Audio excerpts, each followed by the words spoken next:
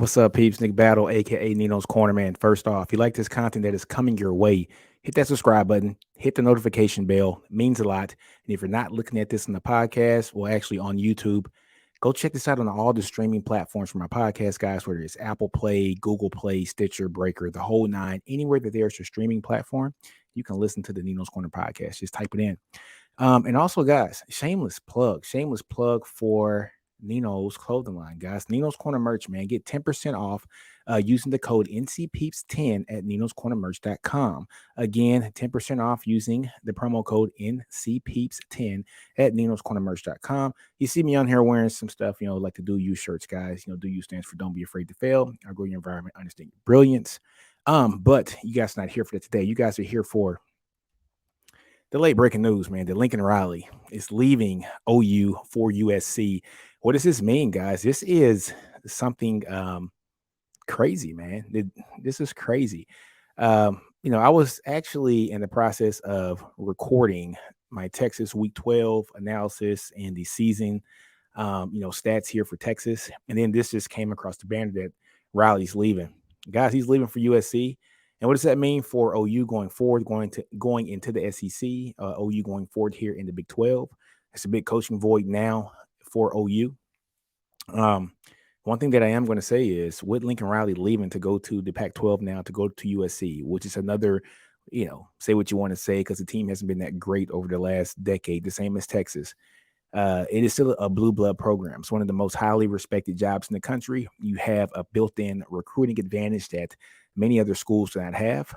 You are the premier school in that state. Every kid that grows up and wants to play college football in the state of California, they grow up dreaming of playing at USC.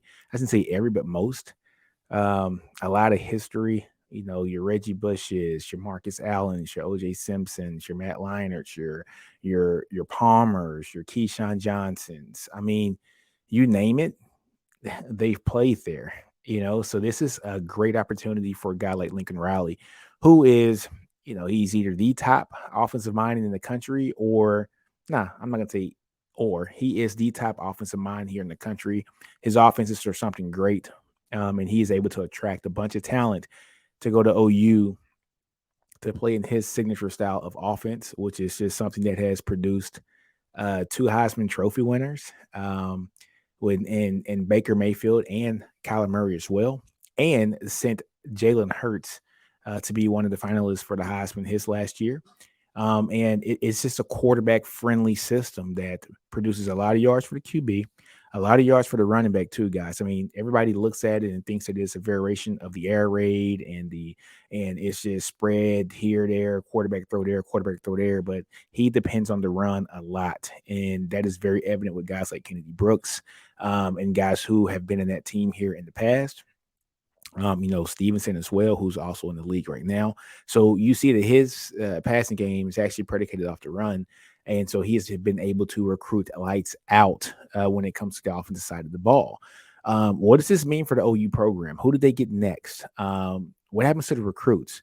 First of all, let's talk about the recruits for OU. And with OU not being in a recruiting ground to where you can go pick out your top 15 or 20 players from your state and then supplement from around the country, it's going to hurt them a lot, because a lot of their top recruits here in the country that have come to OU for the class of 2022, a lot of those guys are guys from out of state. So, for instance, Gabriel Brownlow Dindy, he's their number one recruit per the 247 website for the composite. He's a 5-star defensive lineman. He's from Florida. So I'm pretty sure we all understand kids actually commit to the coach and not the school. You buy into that system, right?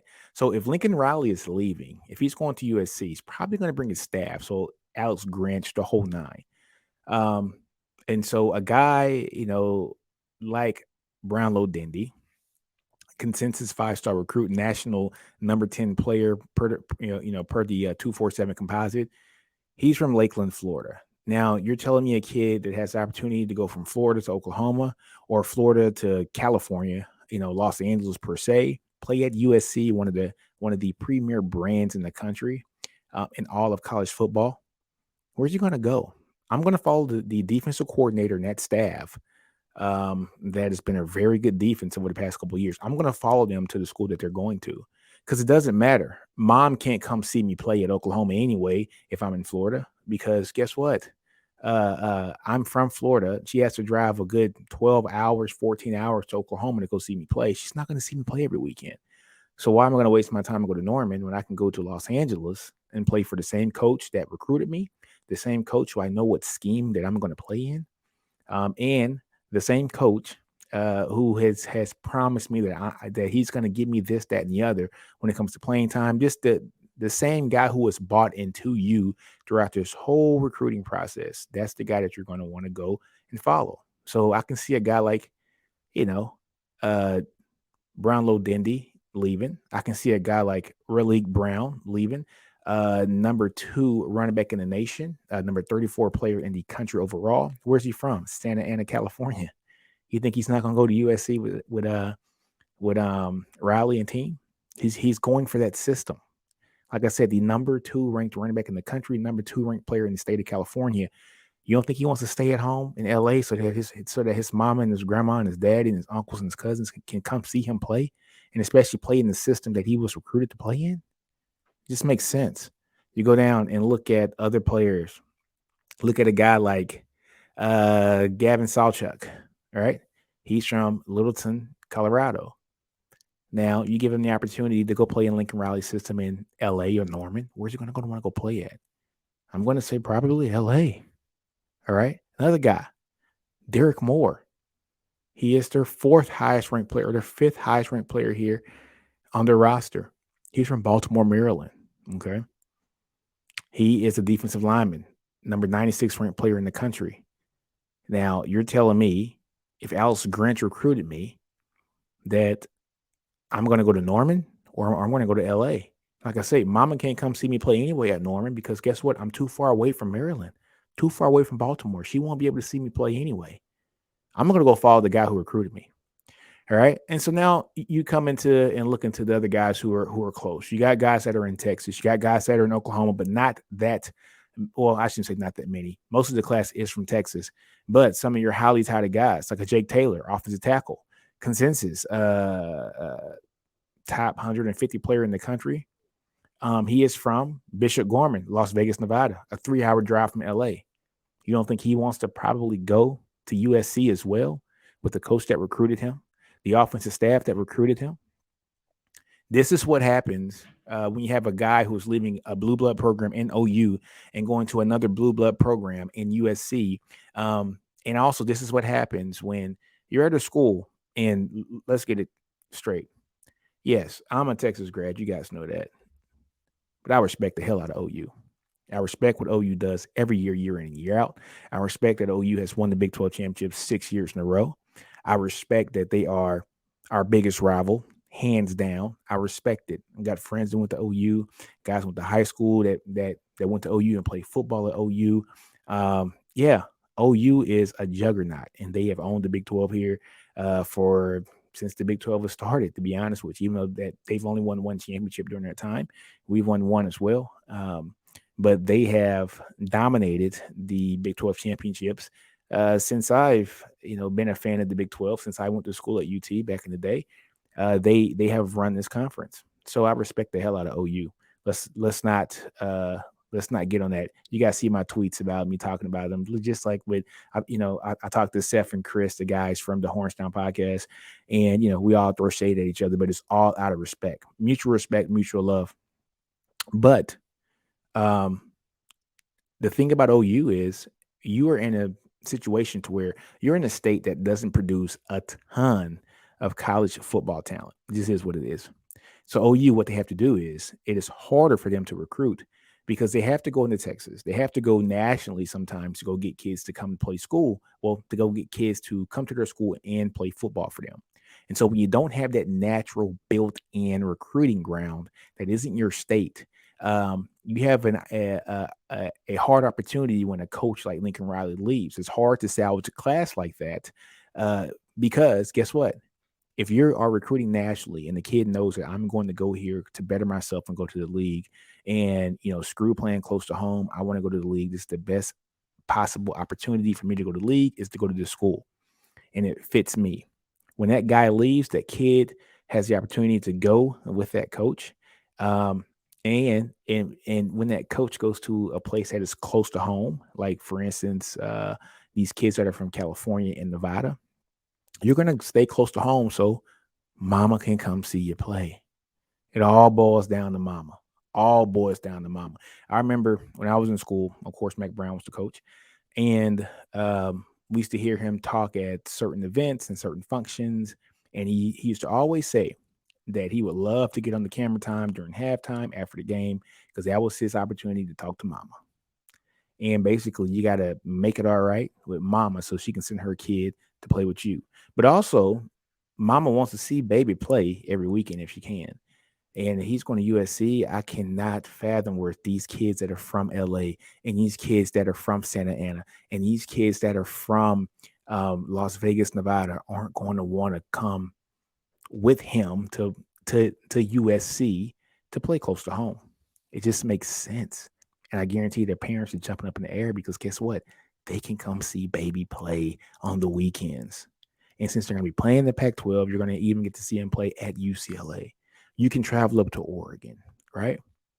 Colorado's not too far of a flight, but you get to see these guys play. You can go to Arizona. That's not too far of a drive. Arizona State, Cal, all I mean, that's not far. So you're in the heart of that country, but at least if you're in the area, you get to see your kid play at least 6 times a year. That means a lot to a parent. A lot. Me being a parent myself, I mean, it means a lot to be able to see your kid grow up and do the things that they want to do, and you're there with them step by step. And so I think that's what's going to happen here is that a lot of these kids that are committed to OU right now are definitely going to follow Lincoln Riley because, like I said, OU recruits nationally, very good nationally when it comes to recruiting because they do not have a home base. Oklahoma does not produce a ton of talent like these other states do. But guess what? Texas does. That's where he gets some of his guys from. California does. DC does. Las Vegas does. You know what I'm saying? So they have an opportunity to bring some of these players with them. And this just doesn't affect the 2022 class, guys. With the new transfer rule, you can actually transfer out and have immediately, you can play immediately, right? Um, it could possibly hurt some of the 2021 class, the 2019 class, guys that are right there on the cusp of playing and starting, and they've been in this system for 2 or 3 years now, just cooking and seasoning. Now they can steal gold and cook and season in the same program at USC and turn that and turn that program into what Lincoln Riley has turned OU into. This is going to be an interesting summer, well, not summer, an interesting fall and spring when it comes to all the coaching movements and just things of nature. Now, since OU doesn't have a coach, since they don't have a coach, what teams are going to poach the players that they have on their roster now or in their recruiting class now? It's all open season right now for the 2022 class between kids who had the opportunity to go to OU or Texas or the Bamas or what have you, but kids, especially in the Texas area, the Dallas, the Houston areas, that have OU and Texas in their top 4 or 5 schools to go to, like a Cam Dewberry. Right. So with Lincoln Riley gone and his offensive system gone, that kind of knocks out OU in the running for some of these highly touted recruits because they don't know who the coaching staff's going to be. They just don't know. And even the kids that are on campus right now, or the kids that are, have a hard, just a hard commit to the school right now, and they are verbally pledged to that school, and they don't know who the coach is going to be. And signing day, guys, is December 15th, if I'm not mistaken. That's like 2.5 weeks away. So if that is the case, be on the lookout for some teams to really start trying to poach some of these kids from that 2022 class of OU. Now, some kids are going to have to stay where they're at, which I'm pretty sure schools will take them. Let's take a look at One of my favorite guys from OU, from like from the 2022 class, Jacob Sexton. I wish Texas would have kind of went hard after him. The kids from Oklahoma, I think Texas had a pretty good shot at getting them.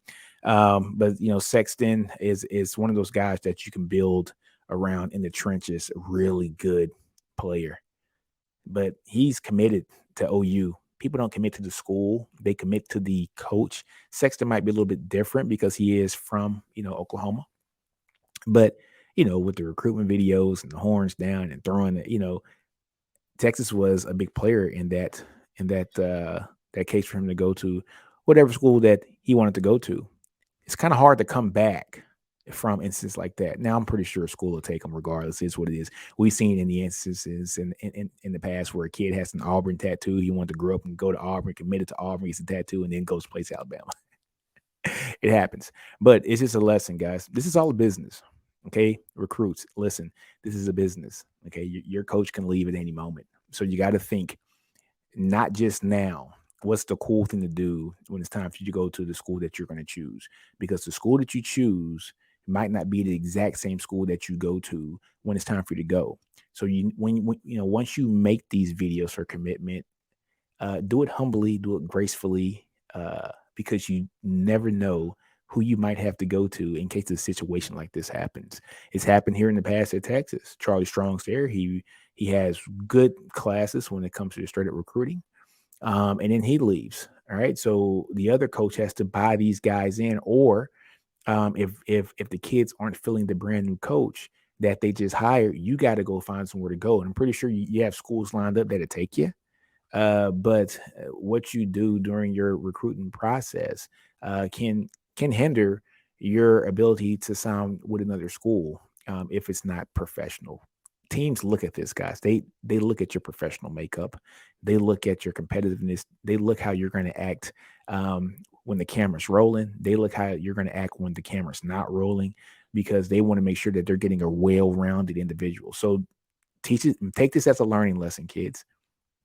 When you commit to go to a school, and yes, you're 100% committed, but you're committed not only to the school, but you're committed to that coach. That's who recruited you. When that coach leaves or has an opportunity to leave, and now you have a decision to make, you never want to burn bridges uh, before you sign the dotted lines. And you never want to burn bridges at all. Key example, Texas and Xavier Worthy. Steve Sarkisian recruited Xavier Worthy heavy to come to Alabama when he was the OC there. He ended up going to Michigan, actually signed to go to Michigan. He didn't want to go to Michigan. Things fell through. And so he ends up coming to Texas. Why? Because of the relationship he built with Steve Sarkisian. He didn't burn the bridge. The bridge is still there. The olive branch is still there. And he's been one of the most, if not the most productive wide receiver in the Big 12 this year as a true freshman. So don't burn your bridges, folks, because you never know when you might need to cross over that bridge to get to another destination. That's a long story of why you don't burn bridges. But this is going to be very interesting. Who is going to be the next coach at OU? A lot of names have been floating around just in the first couple of hours, right? I saw something funny. I saw Tom Herman. No, it's not going to happen. Seen Dan Mullen. Yeah, OU guys hate Dan Mullen. So probably not. Venables, the DC out of Clemson. A lot of names have been floating around. This is going to be very interesting. Very interesting. Seen some names like Cliff Kingsbury. Coach Bro, man, Cliff Kingsbury, Coach Bro. Does he leave the NFL? I don't think so. He has this team cooking right now. They're one of the best teams in the NFC. Why would he leave that to come back to college and recruit, have to go on the road, not manage grown men, got to manage kids and thoughts and parents and NIL now. Why do that when you're in it, when you're in the NFL and you're successful? Makes no sense. And he just got there. And he's doing pretty damn good. I was surprised that he's doing really good here. But I don't think Coach Bro's coming. So this is going to be something very interesting here for the next couple of weeks, next couple of months here for OU. Do they hurry up and hire somebody, so that they can try to salvage their class? Or do they understand that this is going to be a transition class for them? They got a lot of talent already on that team. And what do? Now, another thing. Where does Caleb Williams go? Caleb Williams, where does he go? Does he follow Does he follow, like Lincoln to USC? He's another kid that's not from Oklahoma. He's a kid that is from the DC area. So with him being from the DC area, the DMV area, yeah, he has the opportunity to go to LA now. Does he follow his coach, play in that same system that he's been very highly successful in this year as a true freshman, and he can build upon that? And hey, let's be honest, if he is with Coach Riley here next year, he is going to be an Heisman contending quarterback. He's shown so much flash and so much promise as a freshman. He almost willed his team to win on Saturdays. Much hell as I give, you know, the Boomers, the Boomer Sooner guys for losing at Bedlam to Okie State. You got to respect them. Yeah, Caleb Williams, a true freshman, almost pulled that game out against a guy who's, Spencer Sanders, who's been in the league, not in the league, but it's been in college football, it seems like 50 years now. So you have a true freshman who has done his thing and balled out. So does he go with Lincoln Riley? I think yes. I think he goes. I think some guys in that 2021 class are going to go and follow him over there. It's going to be very interesting, guys. Who comes back some coaches? OU now, guys. What happens to Spencer Rattler now that Lincoln Riley's not there? It has to depend on who the coach is going to be. Has to depend, because any way that this shakes out, he's going to have to start over. So if Oklahoma is able to pull somebody who fits the philosophy of Spencer Rattler, then I think what that coach needs to do, their first job is to be recruiting Spencer Rattler to stay. It's got to be their first job. The first job has to be, so Spencer Rattler is a talent, guys. As much as people would like him or hate him, he is a talent, and he is a guy who can make all the throws. He has all the arm talent that you want to see. But the game needs to slow down more for him. I think he gets a little bit rattled. Same kind of things and same questions that I have for a guy like Hudson Card. Very great arm talent, but when things get busy in that pocket, they kind of break down a little bit. But whoever Oklahoma decides to sign as the head coach for this next coming up season and plenty of seasons after, your first job must be to try to get Spencer Rattler to stay. You need a quarterback that is going to head up this team here for the next year or two. A good quarterback who is going to assure that you're not going to fall into complete, inept play at quarterback. Spencer Rattler's proven, and he is a guy who can win games for you here. But let's take a look at one more thing, guys, before we head out here. The 2021 class, all right? OU had 16 enrollees, right? Caleb Williams, let's be honest. Caleb Williams is going to go. He going to follow Lincoln. Mario Williams, the wide receiver, another beast. I can see Mario Williams going too. Let's just be honest. These are guys, folks, that are guys who they were nationally recruited. They're not from anywhere close to Norman. They're not from the Dallases. They're not from the Houstons. They're not from the the Dentons. They're not from Richmond, Texas. They are not from Duncanville and things of that nature. These are guys that are from cities that are over 1,000 miles away from Norman. So their parents gonna come see them, and they're in the middle of nowhere, and they come from cities that aren't small cities. Right? Let's look at a guy like let me see. You got a guy from Maryland, Farouk. Yeah, Jalil Farouk. He's from Upper Marlboro, Maryland, which is the DMV area. I was stationed out there in DMV. What's he gonna do? Is he gonna stay in Norman, or is he gonna follow his coach? It's gonna be interesting, guys. I don't want to speculate, but it is what it is. But you can definitely see where this is trending, because just for the simple fact that, like I said before, OU, they don't have the built-in recruiting grounds like the other blue blood programs. So they have to go recruit nationally. It's a gift and a curse, because the gift is you can go pull a guy from California. The curse is when something like this happens, when Lincoln Riley decides, I'm not going to be in Norman anymore, I'm going to USC, and 3 or 4 of your top playing players are from the West Coast. Where do you think they're going to go? They want to go to USC too. And with the transfer rules now, they're able to do that and play immediately. So, interesting times, folks. I even heard rumors, people saying, bring Bob Stoops back. It's going to be interesting, man.